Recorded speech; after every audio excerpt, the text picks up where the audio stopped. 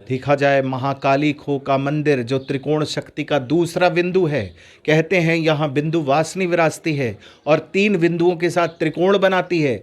जो यहाँ की प्रधान अधिष्ठात्री बिंदु वासनी उसे इच्छा की देवी कहते हैं। और दूसरी बिंदु जिसके संदर्भ में भी आप पूछ रहे हैं महाकाली, ये अपने आप में एक रहस्यमयी मूर्ति है। इस माँ के विग्रह को देखिए जरा, ये विग्रह खेचरी है। ऊपर की ओर आकाश की ओर मुख खोले हुए माँ का विग्रह रक्त बीज के संहार के समय का है।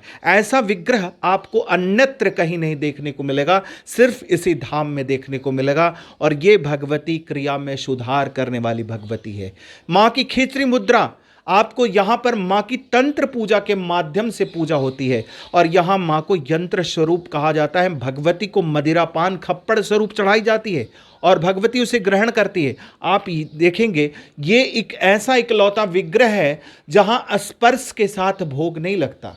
यहाँ माँ के मुख में प्रसाद अर्पित किए जाते हैं और भगवती उसे ग्रहण करती है।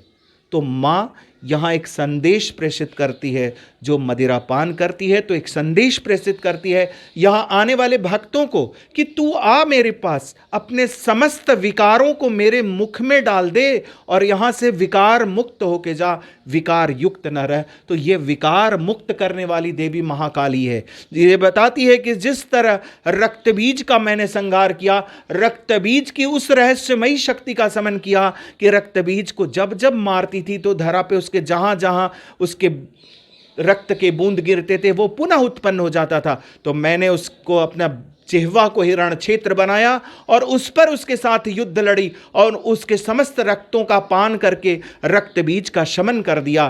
ठीक उसी तरह मैं आने वाले समस्त भक्तों के विकारों को दूर करती हूँ, विकार मुक्त करती हूँ। इसलिए ये भगवती यहाँ की त्रिकोण शक्ति के रूप में जो दूसरी बिंदु पे अवस्थित है, ये क्रिया की देवी है। ये भक्तों की क्रिया में सुधार करती है।